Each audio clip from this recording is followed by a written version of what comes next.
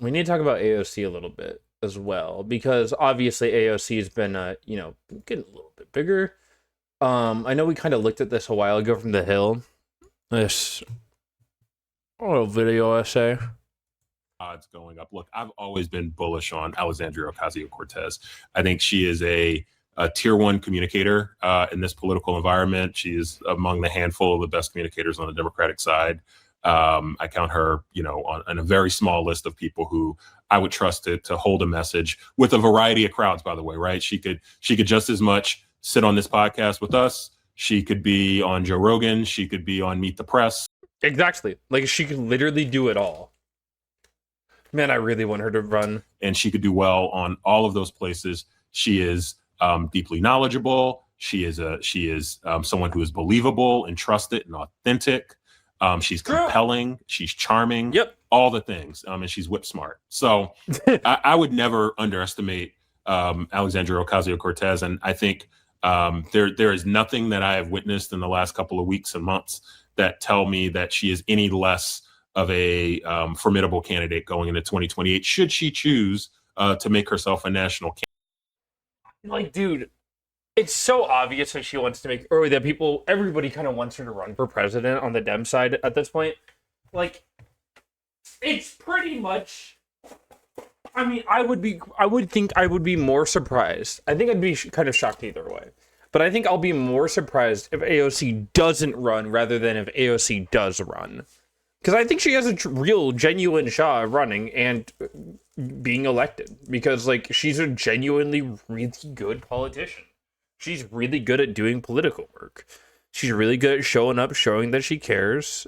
And it's a lot more than a lot of these other candidates could say. Candidate. I've always said my theory on her politically has always been she enters that race, if she chooses to, with a relatively high floor. And that is because someone is going to have to hold that left lane. And what she can do is she can kind of hold the left lane, essentially the legacy Bernie Sanders support. She walks into the race with a good chunk of that spoken for to her because she has a direct relationship there. Yeah, man, Bernie Sanders, Mom Donnie, like she's got some of the most popular candidates of all time. Some of the most popular politicians in our era that support her. And she also can appeal credibly to people who are just to the right of that. Because there are and she appeals to Trump voters. Like, genuinely, she does. I know people try to convince you that she doesn't, but she does. People who are not quite as left as Bernie Sanders, but who are, say, like in the middle of the Democratic coalition, who can be comfortable with a progressive, someone who defines themselves as of a left progressive, like Alexandria Ocasio-Cortez. They can be comfortable with her because they trust her governor on where to deviate from, popularized ideas on the far left that might not sell to the broader public. I mean, there are a lot of folks who think that she has the political judgment and the political, athleticism to be able to kind of operate between those spaces. So I guess that's one is I just think that she would walk into that race with such a high floor, and she would have the ability to appeal and to bring in folks who are just to the right of that far left flank. I think to your other... I think that, and on top of that, I think she could bring in people on the right. Nothing sells people that are conservative more than populism, and good lord, is she good at populism. Populist rhetoric is something she is very, very, very, very good at. And don't let anybody ever try to tell you that she's not, because she is. She has done nothing but prove herself over and over and over and over and over and over and over again. And it does suck, to a degree that nobody wants to give her a shot because of the perceived notion that a brown woman can't run in the United States. But, I disagree with that notion. I want to give her a shot. I think she would do phenomenally well in this. I think she would do really well in the current political landscape that we've unfortunately found ourselves within. I think she runs on progressive politics that speak from a populist and genuine place of care and adoration for her constituents. And I think that's, if you're Republican or Democrat, I think she genuinely cares about the people that she represents. And I think the only people she really disagrees with are these far-right oligarchical billionaires. It's pretty clear that the only people that she just dislikes are billionaires. And I think that sells really fucking well compared to someone like Chuck Schumer, who's a Democrat, yes, but he doesn't truly have any real beliefs, it ever feels like. It feels like he just wants to... Or like even Kamala Harris. Harris doesn't feel like she has any beliefs. It feels like constantly Harris is trying to appeal to each group on their own, but not have a broader overarching point that you can, you know, show and prove that, oh, this woman has like a genuine belief system. Other question that you're kind of asking about. Sorry, I'm also getting my fucking estrogen shot ready. But the only reason we bring up AOC today, by the way, is because Joe Rogan's talking to her. Or talking about her. Joe Rogan, the chud himself. The Bernie bro chud himself. Not really, but... Democrats are struggling mightily to get on the same page. No, they're not. I don't think Democrats are struggling at all. Okay, sorry. I didn't know what was going on. Oh, about Canada. As we see a socialist insurgency unfold across the country. Socialist insurgency. insurgency. Concern among many establishment Democrats over the hard left lurch. Some are downplaying the battle, insisting there's enough room for everyone. Yeah, well, I agree. We're a Big Tent party. The Democratic Party is supposed to be a big tent. I think the Democratic Party has to be a big tent party. I think if we want to be in the majority, we're going to have to be a big tent party. It's a big tent. We do have a big tent. It's tremendously exciting for all of us, for the big tent of the Democratic Party.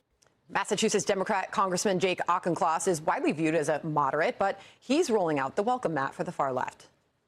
For Democrats to take back the House and Senate and to put checks and balances on this administration, we need to welcome in voters of all stripes who want to make their anger known at the ballot box. So I this agree, is what my friend. there is room for, apparently. There's some of the, here is some of the radical. Expand House of Representatives, which would be good. And defund Department of War, Department of Defense. Amnesty for illegal immigrants, so, you know, legal representation. Replace President of the United States and the Supreme Court. Abolish the Senate. Expand housing. Ranked choice voting. Washington, D.C. statehood. Policies that we're looking at from the DSA platform: replace the president and Supreme Court, abolish the Senate, give Washington, D.C. statehood, and ICE detention. The fact that they put Washington, D.C. statehood up here is so funny to me. Deportations. Also give amnesty to all illegal immigrants. And of course, there's a lot of free stuff in there. Our power panel now: Todd Ricketts is a former RNC finance chairman. Megan Hayes is a former Biden White House director of message planning. Megan, just how big is that tent? I think when people are talking about a big tent, I think they mean broad ideas of Democratic ideas, not the DSA ideas, which are not Democratic values. So I don't want to get too wrapped around the axle on what the God, you're such a pussy. If you worked for the Biden administration, I don't want to hear you in public ever again. I'm not going to lie. A big tent. Obviously, nobody believes in getting rid of Congress or defunding the police or abolishing ICE. Those are just not realistic movements that are going to take place in the Democratic Party. I think, Todd, some might take issue with her saying nobody. There are clearly candidates that are running on that DSA platform. No, there's no question about it. And I think what we're looking at is that because of the way that Biden left office and kind of dropped out of the scene, I think there's just a void of leadership in the Democrat Party. And so there's kind of this struggle for the hearts and minds of the future of the party. But I mean, if that big tent, if Hakeem Jeffries rolls into speakership on a wave of DSA candidates, that big tent's going to turn into a circus pretty quickly. I wonder what it says that AOC, many see as a leader, at least in some parts of the party, that she seems to be rolling back some of the things she said about some of these far left policies. This is podcast host Joe Rogan calling out AOC's recent attempt to... Oh, fuck off. Are we taking like actual like criticism from Joe Rogan? Downplay, backtracking on some of her far left policy stances. Listen. You're willing to change your opinions based on public reaction. Yeah, that's kind of how politics work. If you realize that people don't like them, you're like, okay, well, we'll pivot. We'll figure out what we should do instead. I don't like that, because if you really thought defund the police and then you just described it to woke one was crazy, well, how did it get you? Because it didn't get me. How did it get you? Megan? Well, let me pull up that clip. I want to look at the full clip. Joe Rogan on AOC. Because I don't know if AOC ever was... Have you been tracking AOC's pivot? So I have decided to start the process of freezing my eggs. She's froze her eggs. In this political environment where this administration is denying reproductive care to women across the country. Called off the engagement, froze her eggs, has started posting, I'm on my way to do yoga. I'm on my way to do my last strength training and lifting session. Let's go. Wait, what? Videos walking down the street. Looking hot. Looking hot. Maybe should be nicer that way. I want to thank so many of you all who have been so encouraging, not just of me, but of each other throughout this entire time. Have you been tracking? What? I do not want to give AOC Joe Rogan. I didn't even mean to fucking scroll.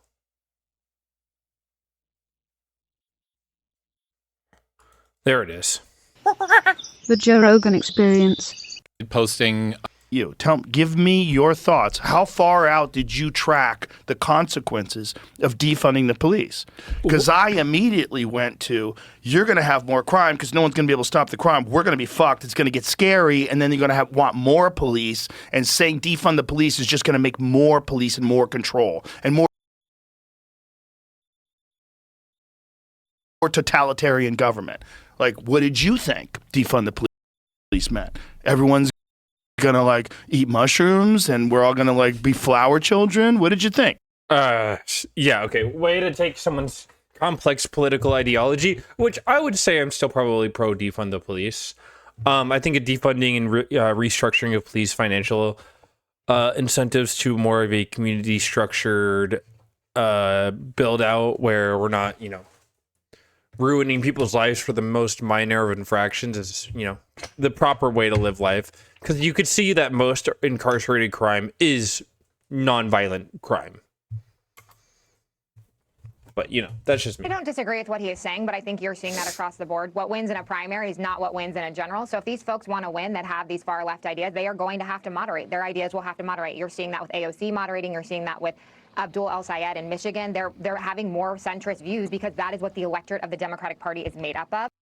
I disagree, completely. This is a really, really, really, really obvious lie. I think they just changed their beliefs over time. So if they want to win, they are going to have to moderate and have actual Democratic views. Todd, is that confirmation AOC is one of those candidates just saying what voters want to hear in the moment? Well, Your president is a child rapist. You don't have to dig too deeply into the French Revolution to understand that eventually every revolutionary becomes the establishment. And so then the rhetoric changes once you're empowered. Instead of trying to rip down walls, you're trying to defend them. What about Mamdani? All right, so this is a headline now. Megan, I'll put this to you from the left-leaning Washington Post. Democratic Socialists' biggest challenge? Their own platform. We showed it to you before. Illinois Democrat Congressman Bradley Schneider tells the Post, I don't think the DSA program idea is a moonshot idea. It's a crazy idea. Many of the things in there are just rank stupid ideas. Yeah, but why are we trusting Bradley Schneider? This moron doesn't know what left and right means. Ideas that aren't going to make life better. So my question to you, Megan, are some of these more moderate Democrats going to be able to reel in some of those far left socialist ideas that seem to be so popular with your party at the moment? Yeah. No, they're popular with the population. Even Republicans, I don't it's think popular. that some of these ideas are popular. I think there's populace in the economics of their ideas that are popular with the majority of people. But I think that is a very much of an anti-incumbency sentiment that's happening. People are not happy with the way the Biden administration handled the economy, and they thought that Trump would lower costs, and he didn't. Costs are actually going up. So I think that is what you are seeing. But some of these ideas, again, not having borders, not having prisons, abolishing. They, 10, 20, 50 years in the future, maybe. Those are just really dumb and really stupid, and those aren't actually going to win. And let's not forget that there's only going to be about 7 or 8 DSA members in Congress if every single one of them wins in the general in 2026. So we're not talking about a large swath of people here that are going to be in Congress. Just want to point out, inflation did slow substantially when President Trump did take office. Of Some of those course. prices have spiked amid the war. We are also talking about a party that's having a hard time finding who their leadership is and looking for those endorsements. Who will it be? This is one headline that points out that Democrats are shying away from party mainstays. Kamala Harris becomes a campaign trail dilemma, apparently, for Democrats. In key midterm races, many Dems running in red states are saying no thanks when it comes to her support in the form of endorsements or campaign trail appearances. So it seems like a lot of Democrats, Todd, just don't want Kamala on the ticket. So Because she provided nothing and had one of the most disastrous elections in American history. Or at least in modern American history, that's for sure. how can she even be a contender? Well, I don't know if she really is a contender for 28, if that's what you're alluding to. But no, I think it just kind of goes back to what I said earlier, that the way that Joe Biden left office left this void at the top of the Democrat Party. And so there's a struggle within the party for like the new leadership and who is going to be the new voice of the Democrat Party. And I'm glad it's not going to Schumer or Harris. Megan? Yeah, I mean, everyone can say they're a candidate, right? In 2020, I think there was 25 candidates or something that ran for president. So, of course, she can run and people will make their decisions known. But I also think, she is a former vice president and she does have some weight in a lot of political circles. Wow, you're really stick sucking Harris here. You absolutely want to work for Harris So again. I don't think it's unreasonable for her to want to endorse candidates and be helpful, but it's also up to candidates if they think it's helpful in their districts. In some districts, it won't be helpful at all for her to be involved. Just quick follow I don't there. think that's Do abnormal. you see her as a strong leader, a strong messenger for your party? I don't think she's not a strong messenger. I just don't think she Wow, you pussy. is the messenger that most people are leading towards. I don't think that I think people see her as part of an establishment that they are revolting against in a lot of ways. So I'm just not sure she is the best messenger at this time. Got it. Good to have both of you. Todd, Megan, thank you very much for joining us. God, what a fucking pussy. Call Harris out for being the piece of shit she was. And it still is. She hasn't improved, so. At headquarters, her organization's trying to take fucking goddamn... The fact that they're trying to take credit for Mamdani pisses me off beyond belief. But that's just life.